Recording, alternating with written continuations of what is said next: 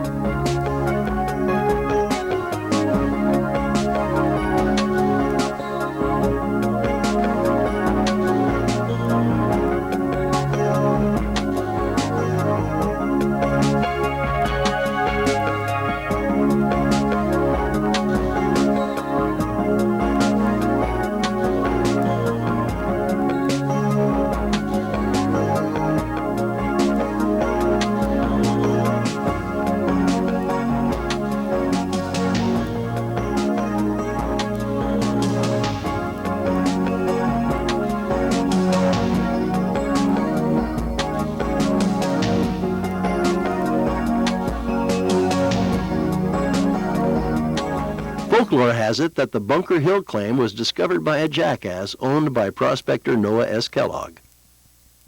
The jackass had a real tendency to wander. The next morning when Noah Kellogg awoke, he found the jackass missing.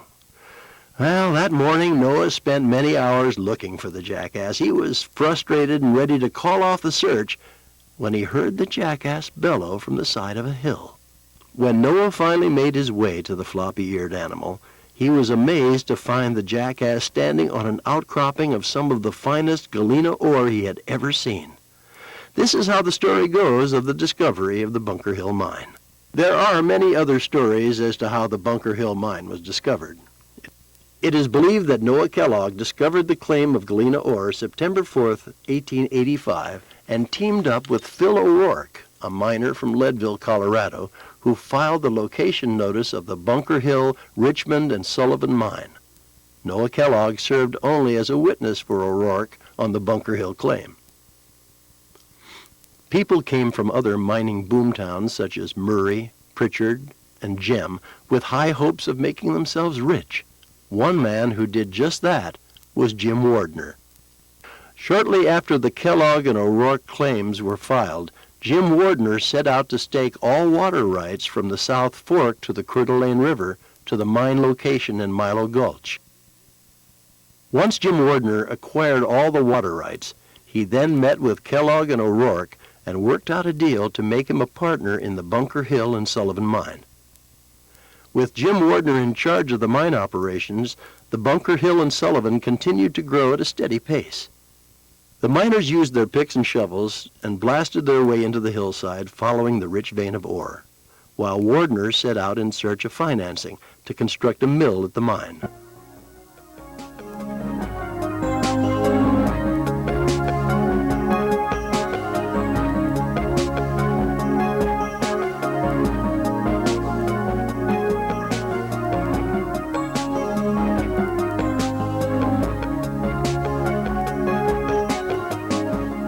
With no mill, Jim Wardner continued to ship ore concentrate by mule train, a slow and tedious form of transporting the ore 11 miles to Cataldo.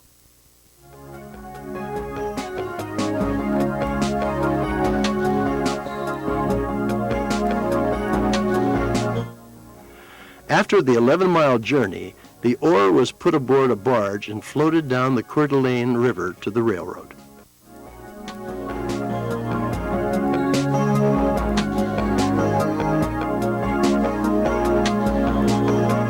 The rich vein the miners were following ran dry. With this news, Wardner knew he would not acquire the financing needed for the new mill. However, being the gambler that he was, Wardner took money from his own pocket and paid his miners to keep them digging in search of another vein. Jim Wardner was at the point of stopping all work when it happened. His men struck the rich vein he was speculating on. The new discovery was approximately 37 feet wide of solid galena ore, richer than the original discovery by Kellogg and his jackass. With the good news in hand, Wardner set out once again to get financing for a mill. One of Wardner's last hopes in the financing of the mill was Governor Sam Hauser, owner of the biggest bank in Montana Territory. He then lent the Bunker Hill and Sullivan mine $50,000 for the new mill.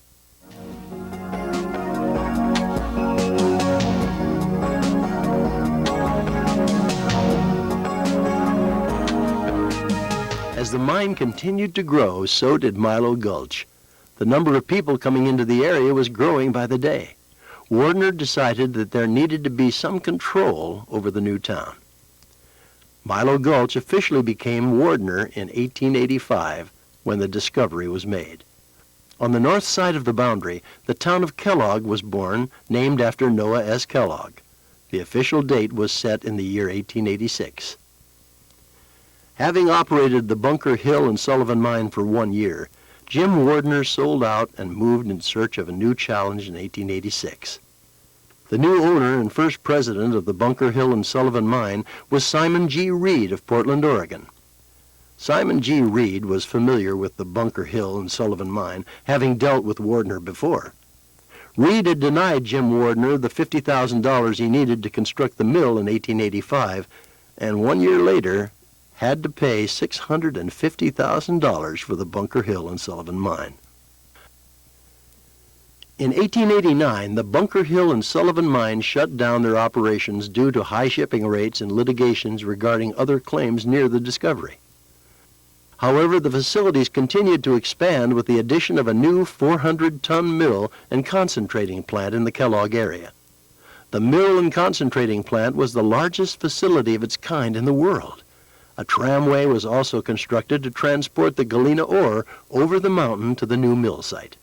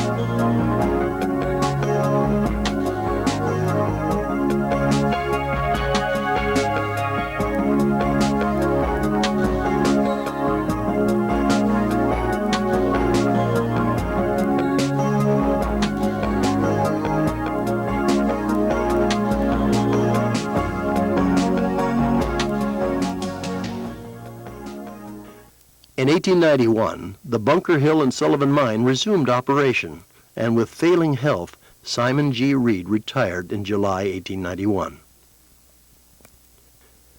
After Reed's departure, 2 other presidents would come and go between 1891 and 1897.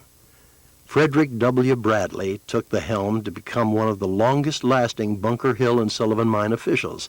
He served as president from 1897 to 1933.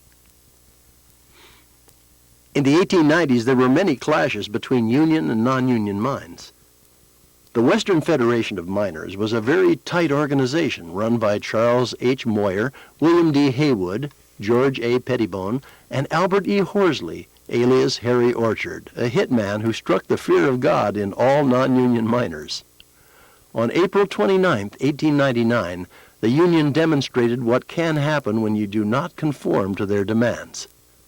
A train was overrun by a group of union miners led by Harry Orchard. The boxcars were loaded with dynamite and headed for the Bunker Hill and Sullivan mine mill. As the train pulled into the complex, the fuse was lit by Harry Orchard, and the complex was destroyed by the great explosion.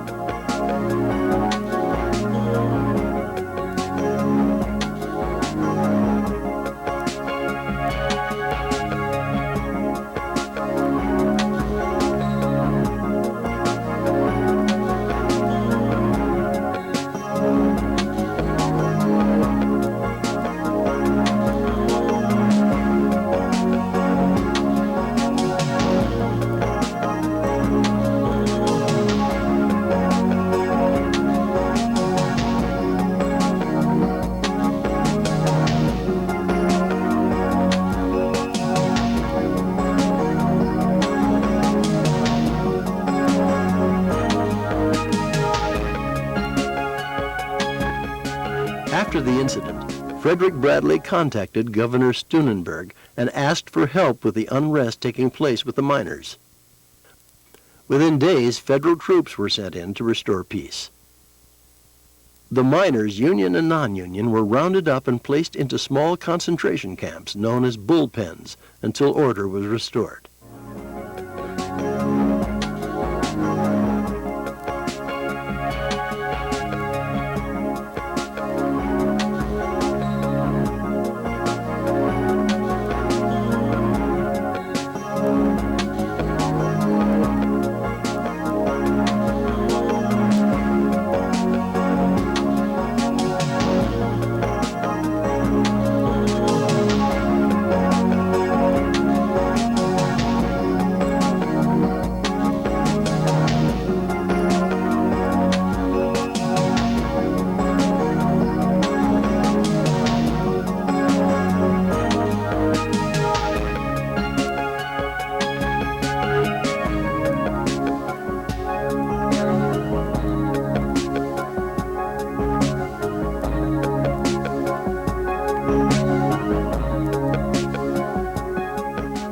Orchard escaped over the mountains and into the Montana Territory. Orchard would never let Frederick Bradley get away with not conforming to the Union and then bringing in the federal troops. He was determined to kill both Bradley and Governor Steunenberg for their part in bringing the troops down on him. Using explosives, Harry Orchard's attempt to kill Frederick Bradley failed in San Francisco. However, Governor Steunenberg was not as fortunate. Harry Orchard attached a bomb to his gate on December 30th, 1905, and when Governor Steunenberg opened his gate, he was killed instantly. Harry Orchard was later captured in Caldwell, Idaho, and spent the next 49 years in the Idaho State Penitentiary until his death on April 13th, 1954. In 1902, under the direction of Frederick Bradley, the Kellogg Tunnel was finished. No longer was there a need for the tram from the Reed Tunnel to the mill.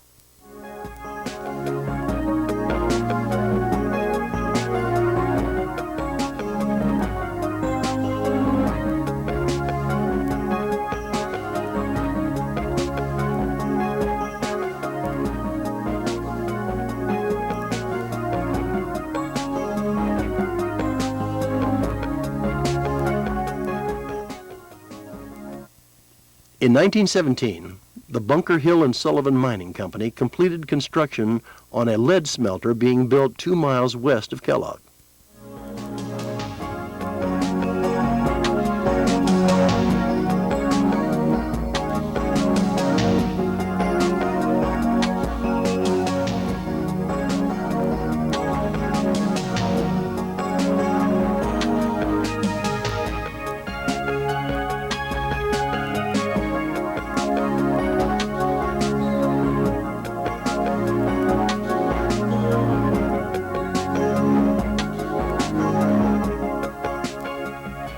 Concentrates from the smelter came from all over the world.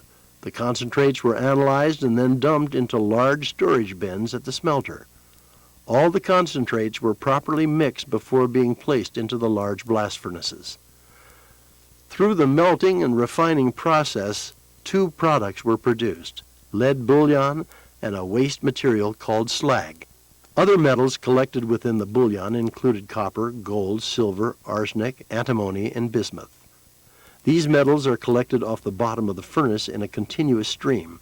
The bullion containing the metals is then sent to other parts of the refinery for separation of the various metals.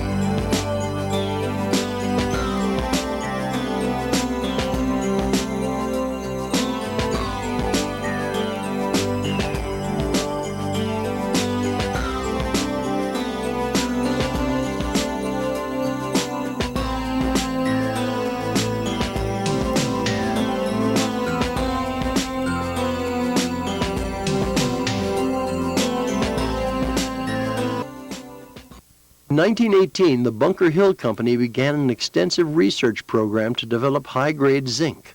To help finance the project, Hecla joined forces in 1921 with Bunker Hill and formed the Sullivan Mining Company. A process was developed to produce electrolytic zinc at 99.99% purity. Once the technology was proven, the Sullivan Mining Company began construction of the electrolytic zinc plant in 1926 and began production in November 1928.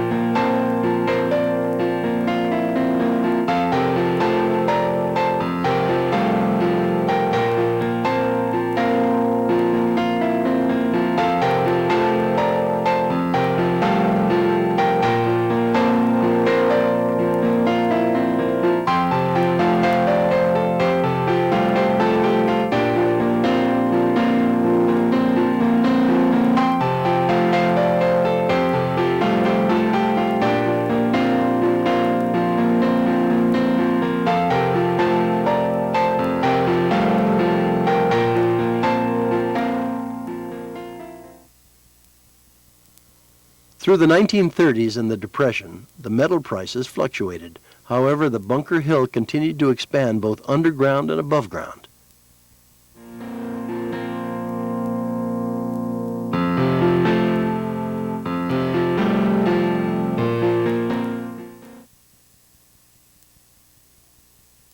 In 1947, the Bunker Hill installed the nation's largest underground hoist.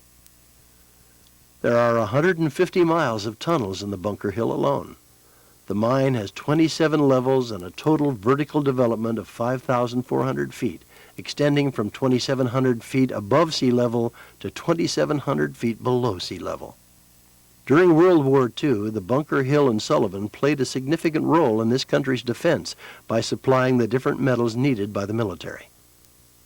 In 1955, the Bunker Hill Company purchased Hecla's half interest in Sullivan Mining and shortened their name to the Bunker Hill Company.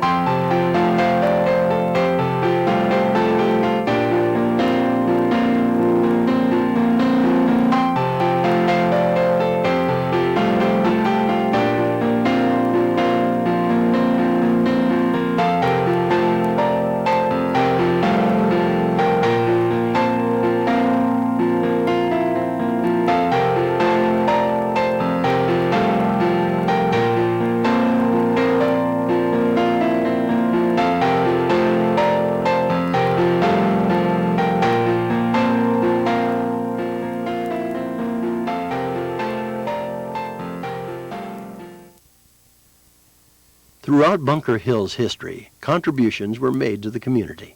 They donated land for the Little League field, rebuilt the football stadium along with Hecla's mining company. They provided a scholarship program that helped thousands of young people through higher education, made positions available for 80 to 100 youths attending college every summer, and donated money toward various organizations.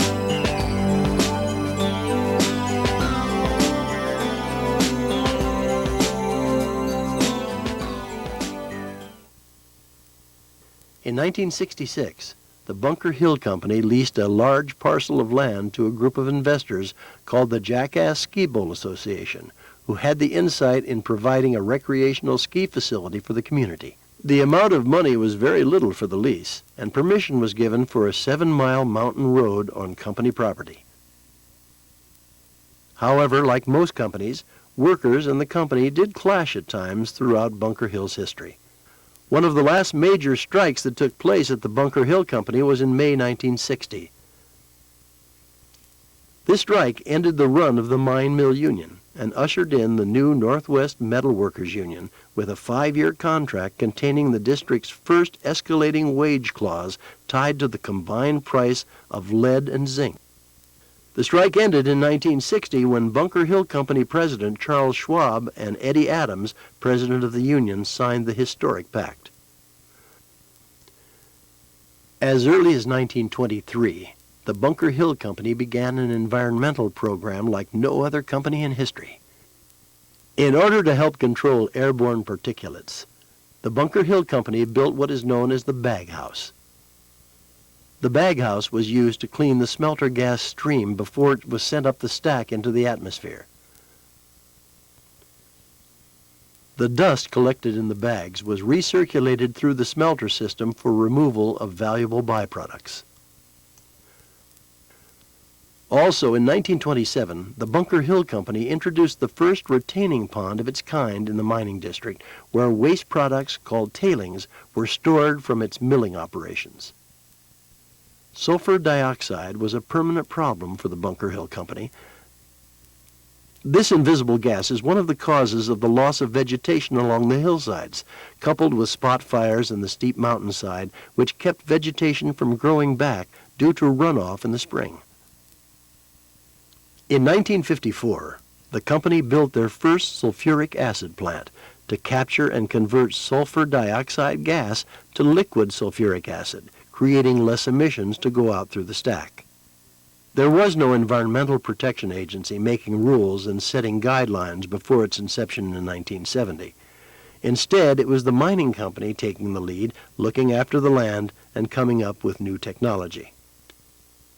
The phosphoric acid plant was built in 1960, with the first phosphoric acid being produced in 1961. The liquid phosphoric acid was sold to the fertilizer manufacturers. Then in 1965, Bunker Hill Company joined forces with the Stauffer Chemical Company of San Francisco and began producing their own fertilizer. Fires have been a common threat around the smelter and zinc plant for years.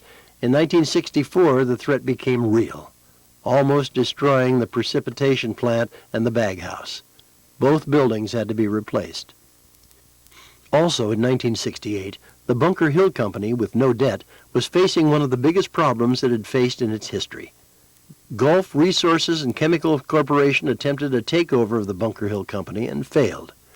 However, on the second attempt, they succeeded in the hostile takeover, and the Bunker Hill Company became one of their many subsidiaries in 1968. Charles E. Schwab, the 8th president of the Bunker Hill Company, resigned in 1968 when Gulf Resources and Chemical Corporation took control. In order to increase from 260 tons per day to 310 tons per day, the zinc plant added a 7th unit in 1968. From the start, when Gulf Resources took control of Bunker Hill, higher volumes of material were processed and high levels of production were set. Shutdowns were uncommon. While some equipment was replaced, most of the inner workings of the smelter and zinc plant were fixed on a day-to-day basis. A new bag house was constructed in 1969, along with a new $1.3 million sulfuric acid plant. With a total of 3 sulfuric acid plants, the Bunker Hill Company, under Gulf Resources, was able to capture and convert 78% of the generated sulfur dioxide.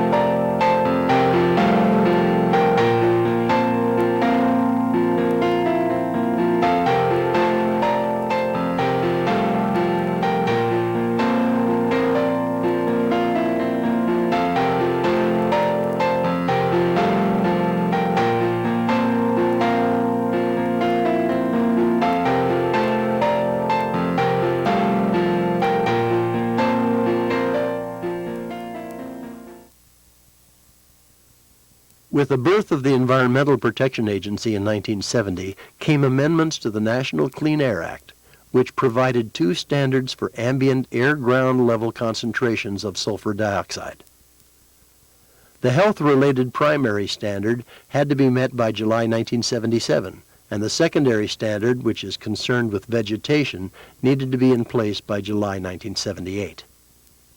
Once again, fire struck the Bunker Hill Company in 1970, when the brick bag house caught fire, destroying a section of the bags within.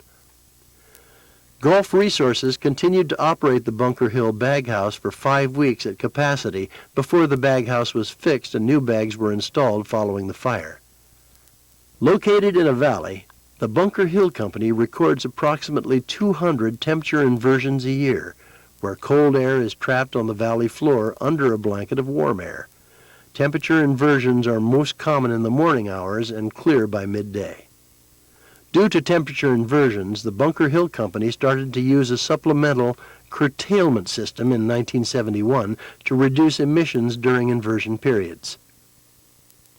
To help predict when an inversion was going to take place, the Bunker Hill Company employed meteorologists to determine data from the Weather and Sulfur Dioxide Monitoring Network. When an inversion was developing in the valley, operations of sulfur dioxide producing equipment was reduced or completely shut down. Gulf Resources Management did not like it if an inversion shut down the sulfur dioxide producing equipment, because this meant a loss of production and money. Because of the amendments to the 1970 National Clean Air Act, Bunker Hill began to construct a water treatment plant to treat mine wastewater before it was discharged into the South Fork of the Coeur d'Alene River. The water treatment plant was finished in 1974. The new plant treated nearly 6 million gallons of water each day, consuming 15 tons of quicklime in the process, with a 1975 price tag of $500,000 for treating the water per year. The 160-acre central impoundment area tailing pond was also a problem for the Bunker Hill Company. Seepage was occurring through the side walls, so in 1973, fine tailing sand was pumped around the tailings pond in hopes it would seep down and eventually fill in the cracks. Bunker Hill forester Ed Pomeraning began researching the valley hillsides in 1972 to determine which tree species were best suited for the varied soils in an 18,000-acre revegetation program. The first year of planting took place in 1974 with different trees and shrubs. In 1975, forester Ed Pomeraning began the world's first underground tree nursery. The nursery was in an old abandoned ventilation drift on the mine's 5 level above Wardner. The nursery was approximately a half a mile in and 3,000 feet underground. With constant humidity, temperature, and a disease-free environment, the only thing missing was the sun, which was supplied artificially by high-intensity lamps. Growing time for the seedlings is half that of a normal nursery, and the seedlings obtain the proper size in a 6-month period to be successfully transplanted into the field.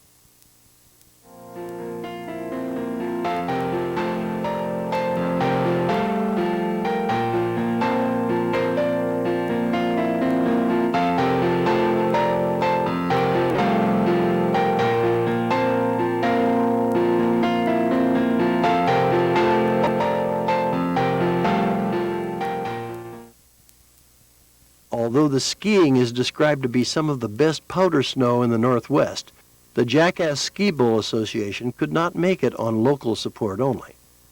Having made only a few payments on the $300,000 loan to the Small Business Administration, the Jackass Ski Bowl Association went broke. The ski area fell over to Shoshone County for back taxes in the spring of 1973. Gulf Resources acquired the ski hill. It opened under a new name, Silverhorn, in November 1973. The nation's zinc industries in the early 1970s faced some of the worst economic crisis since the Great Depression of the 1930s. The Bunker Hill was lucky, for they did not depend solely on zinc sales. The smelter, mine, and zinc plant continued to operate at full capacity. Once did the Bunker Hill have to cut production at the zinc plant. Production was scaled back to 70% for a 7-month period from October 1977 to May 1978. The United States zinc consumption had dropped, and at the same time, foreign imports of zinc had increased to approximately 63% of the domestic consumption.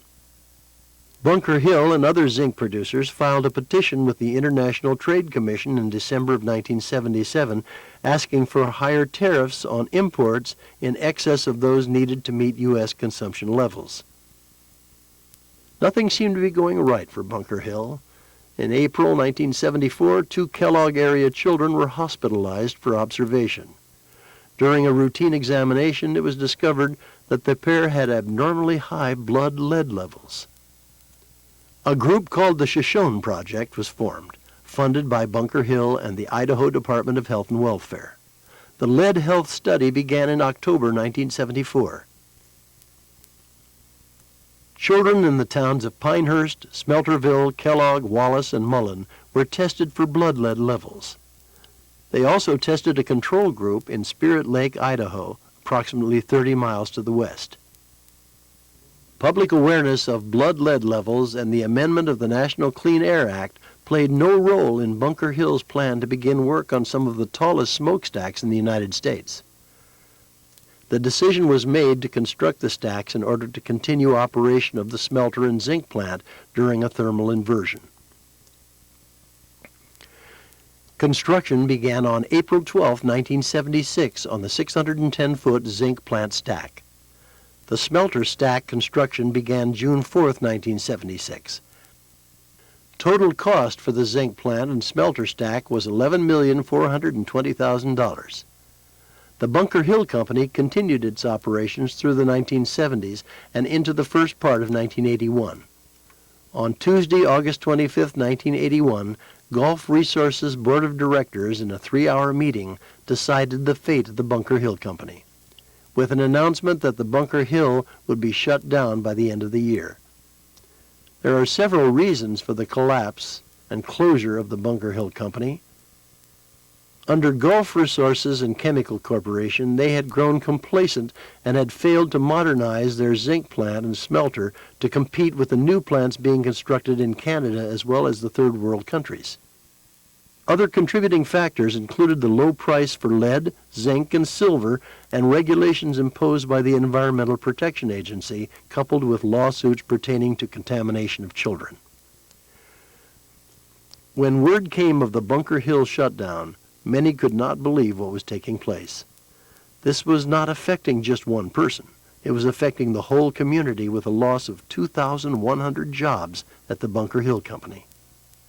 With the closure came many rumors of different companies expecting to buy the Bunker Hill, raising the hopes of the people.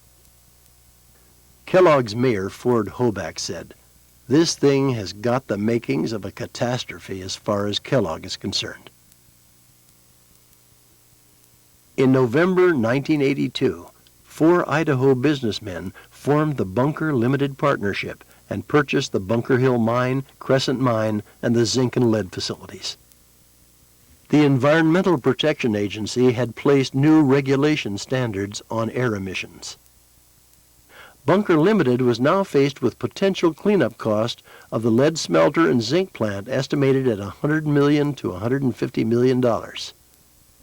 Bunker Limited Partnership went into bankruptcy and began liquidation of all company assets to help with the cleanup of the Bunker Hill Superfund Site. In 1984, Silverhorn Ski Area, owned and operated by Bunker Limited, was about to close its doors when Kellogg City Councilman Wayne Ross came up with the idea that the city should operate the ski resort. The city voted in favor and leased the ill-fated resort for $1. Many people did not want the city to take on the burden of operating the resort with taxes not being paid. This was a tremendous undertaking for such a small town. Bunker Hill and Bunker Limited Partnership had only broke even once while operating the ski resort in the past 17 years. The city's first year of operation in 1984 made a profit of $60,000. The success can be attributed to a longer-than-average ski season and many hours of volunteered labor. In 1985, Kellogg City Councilman Wayne Ross felt with Bunker closed, new industry would have to take its place. A strong tourist industry could help and was possible if there was a gondola. That would run to the top of the Silverhorn ski area. The dream was alive, and after Wayne Ross's death in 1986, the same dedication and the same obsession stayed with the team, led by Councilman Bernard Goodson. On September 30th, 1987, the United States Senate voted to approve an appropriation of $6.4 million for the Kellogg gondola transportation proposal. Idaho Senator Jim McClure sponsored the amendment that was later signed into law by President Reagan. An agreement was reached matching the federal grant in 1989 with Von Rolls Transportation. On June 30th, 1990, the 3.1-mile gondola opened from Kellogg to the new renamed resort Silver Mountain.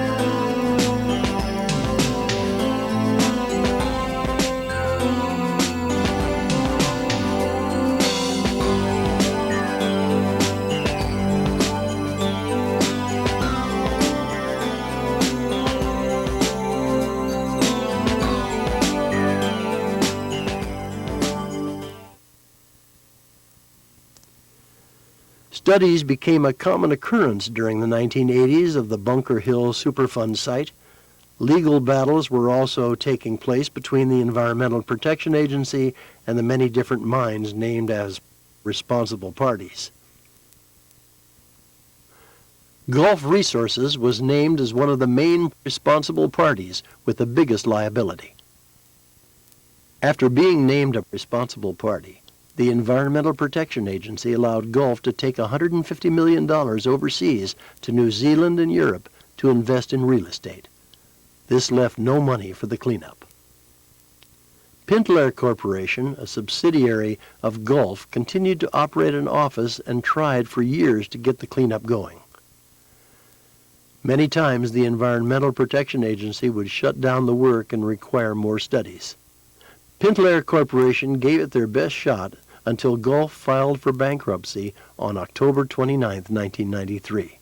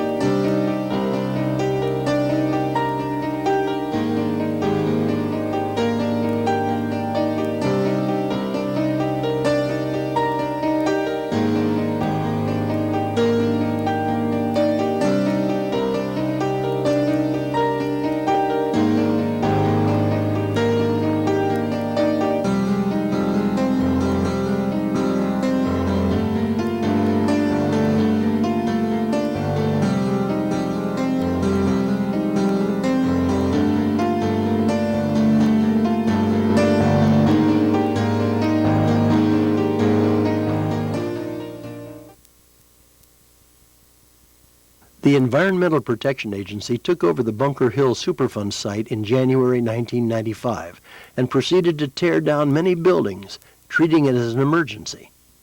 Buildings were torn down using methods not allowed by private industry, with no one to oversee the plans of the EPA.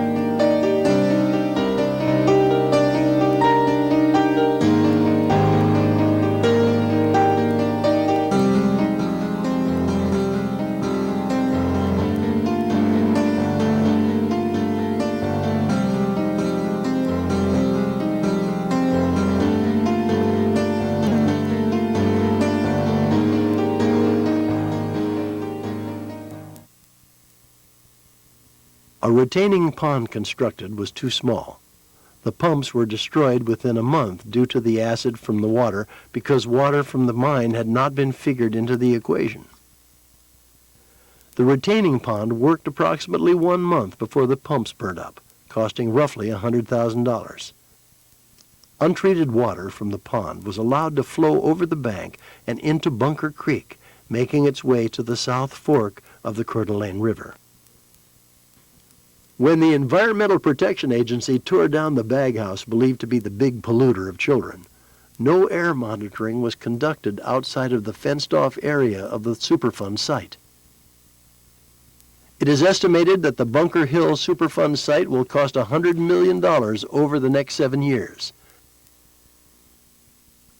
Now that Gulf Resources money is gone, the Environmental Protection Agency will pay 90% of the cleanup, with the state of Idaho paying the remaining 10%.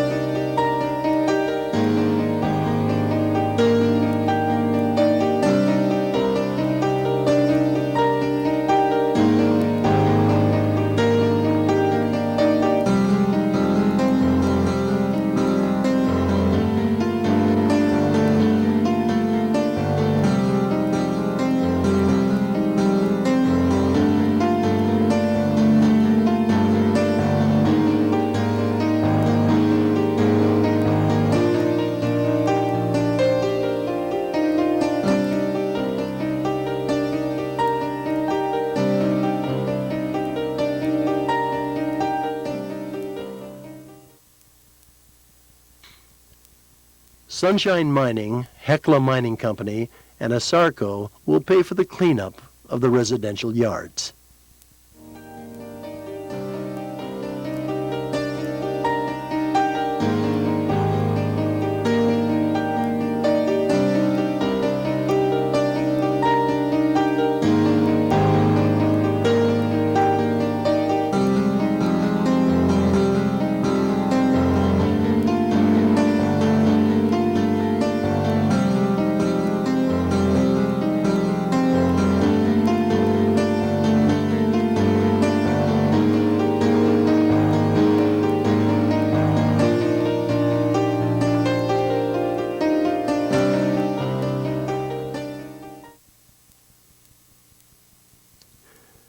After 100 years of mining, the community is striving to project a cleaner environment and become a town based not on mining, but as a destination ski resort.